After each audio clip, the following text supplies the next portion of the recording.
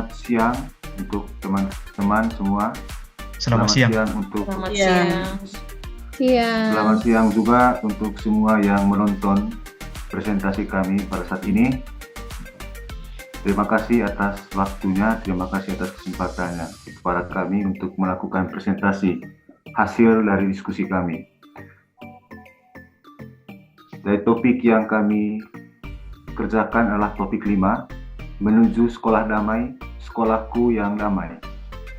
Pesan kunci, komunikasi positif adalah kunci terwujudnya budaya damai di sekolah.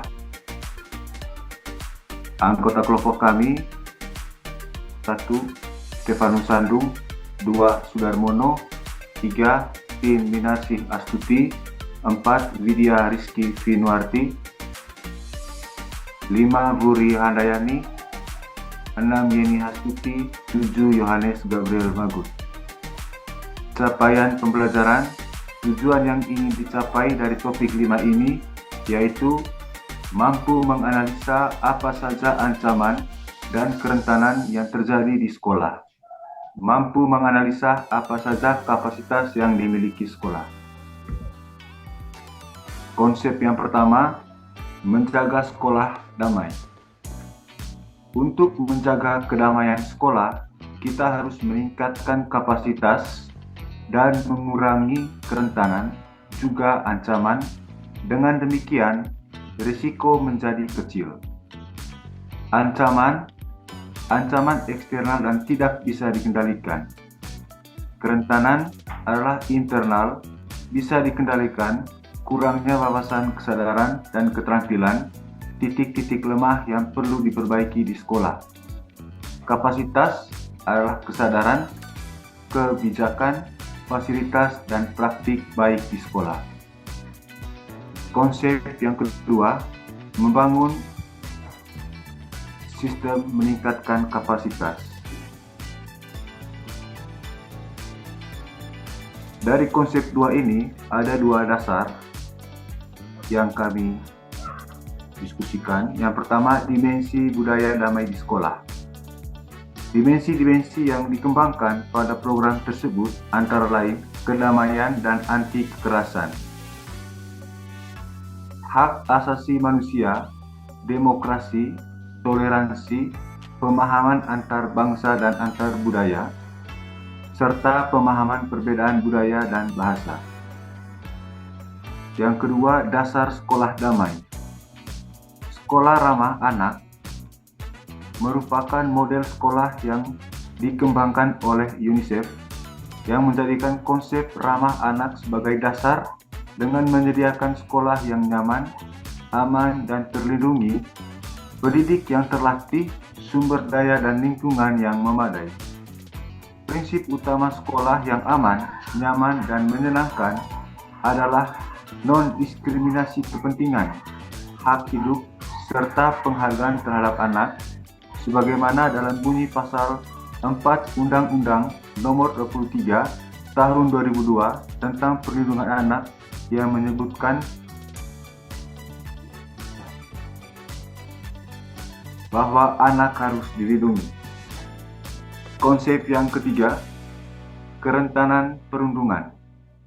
Perundungan adalah perilaku agresif dengan bentuk kekerasan spesifik yang bertujuan untuk menyakiti atau mengganggu. Dampak dari perundungan: korban menjadi minder, kurang percaya diri, dan menarik diri, penurunan harga diri, kehilangan minat terhadap aktivitas tertentu, melukai diri sendiri, gangguan makan, mimpi buruk, tidak mau bersekolah, sulit fokus ketika belajar, atau sering bolos. Konsep yang keempat, kerentanan kekerasan seksual. Melalui video tentang kerentanan kekerasan seksual, adapun kerentanan dalam hal kekerasan seksual yang kiranya menjadi bagian yang harus diperhatikan oleh dunia pendidikan, karena anak-anak gemilang adalah anak-anak yang dibesarkan dengan penuh rasa sayang, bukan dengan kekerasan, apalagi kekerasan seksual. Konsep yang kelima, kerentanan diskriminasi dan intoleransi. Kerentanan yang lain adalah diskriminasi, yaitu pengucilan baik secara langsung atau tidak langsung terhadap perbedaan suku, ras, budaya atau agama, etnis, golongan, status ekonomi, dan lain-lain. Dan adanya pemaksaan, memaksa pihak lain untuk berperilaku secara spontan dengan menggunakan ancaman, imbalan, intimidasi, atau bentuk lainnya. Aplikasi, ancaman, kerentanan, dan risiko yang ada di sekolah. 1. Maraknya siswa yang meminum minuman keras atau alkohol. 2. Rendahnya sikap tidak menghargai oleh peserta didik terhadap guru dan sesamanya. 3. Perundungan yang terjadi di sekolah. 4. Kekerasan seksual dengan cara menyebarluaskan video seksual kepada teman-teman dan pihak-pihak yang lain secara tidak bertanggung jawab. 5. Adanya perselisihan antara peserta didik.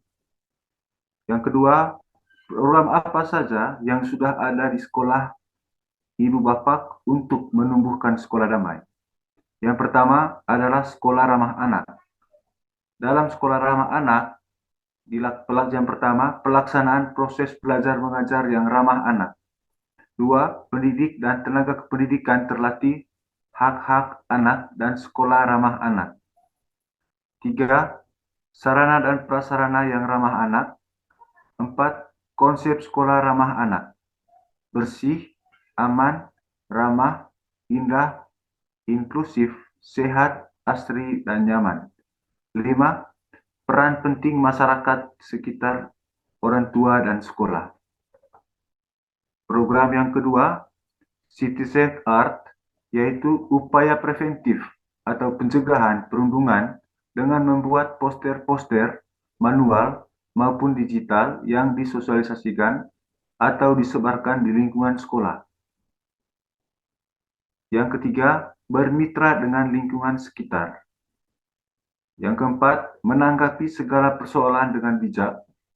Yang kelima, kolaborasi antara guru dan peserta didik. Program yang ingin dicapai atau diharapkan di sekolah untuk menciptakan sekolah damai. 1. Budaya damai anti kekerasan. 2. Menerapkan gerakan disiplin sekolah. 3. Menciptakan lingkungan dan budaya yang positif.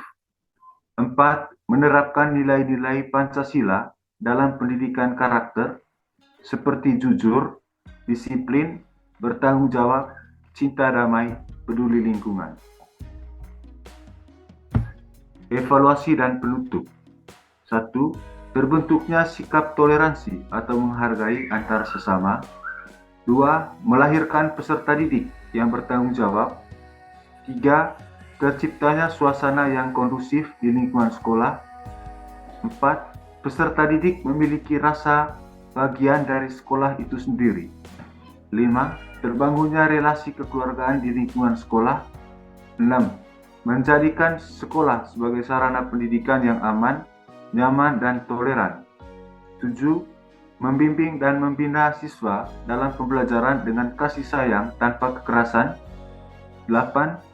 Memberikan dan menghargai hak pendidikan semua anak, tanpa memandang latar belakang, suku, ras, dan agama. 9.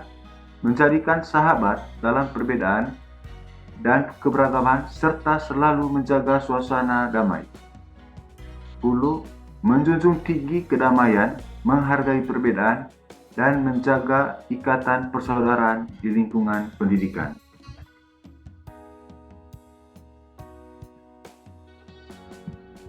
Demikian presentasi kami atas tugas kelompok kami. Atas waktu dan kesempatannya kami ucapkan limpah terima kasih. Sekian.